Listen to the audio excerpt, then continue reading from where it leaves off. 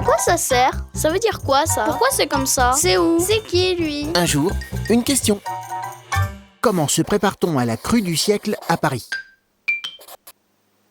Entre le 7 et le 18 mars 2016, un exercice grandeur nature va être organisé par la préfecture de Paris.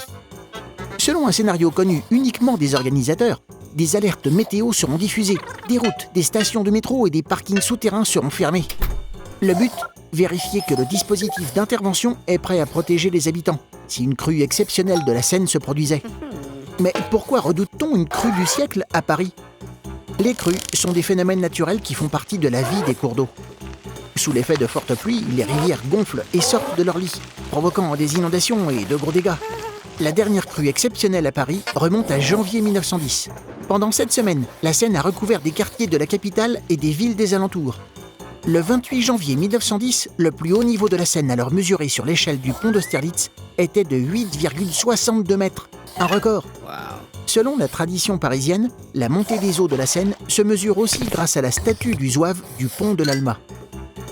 Quand le zouave a les pieds dans l'eau, la Seine est en crue. En 1910, il avait de l'eau jusqu'aux épaules. Une telle crue se produit une fois tous les 100 ans. C'est la crue du siècle. Si elle avait lieu aujourd'hui, 5 millions de personnes seraient touchées, ainsi que de nombreuses entreprises et commerces. Une telle crue aura lieu, mais on ne sait pas quand. Alors, la ville s'y prépare avec des exercices, tout en gardant à l'œil le zouave du pont de l'Alma. Tu te poses des questions? Nous, on y répond.